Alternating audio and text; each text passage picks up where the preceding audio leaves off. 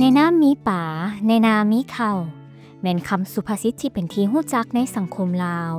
ที่บรรยายถึงความอุดมสมบูรณ์ของระบบเสบียงอาหารในลาวการเฮ็ดนา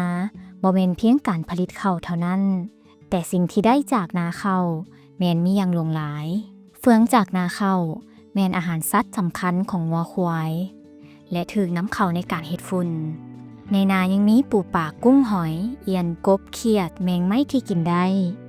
ซึ่งเป็นสิ่งสำคัญในระบบเสบียงอาหารของคนลาว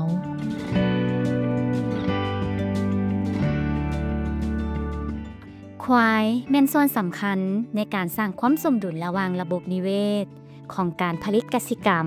และกิจกรรมของชาวกสิกร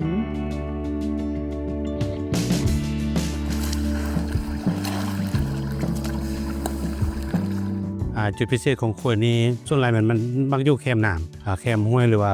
บึงหนองเนาะเรียกว่าตัวควายมันมักภูมิบวกเฮ็ดบวกเฮ็ดบึงเฮ็ดหนองไว้เพื่อเป็นบนอาบของมันหลังจากนั้น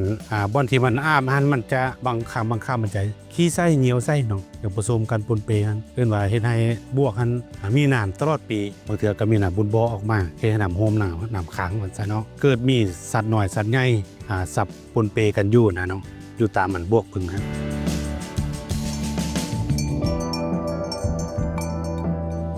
บวกโคยนี่มันมีความสำคัญเรื่องว่ามันเป็นบ่อนหนึ่งเนาะที่เป็น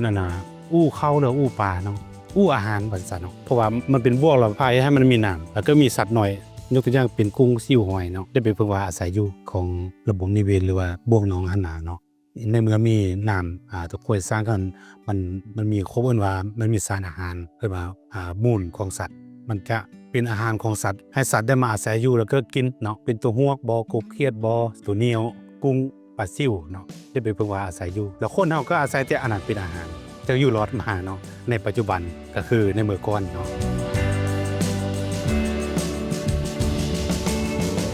ฝากถึงทางชาวพี่น้องทั่วประเทศลาวผู้ใดมีงัวมีควายก็ให้อนุรักษ์รักษาไว้เนาะ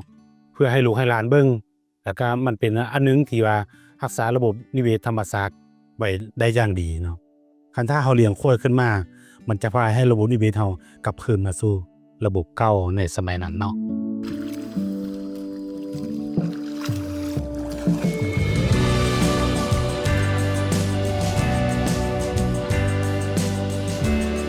บทเรียนนี้สอดคล้องกับหลักการนิเวศกสิกรรมดังนี้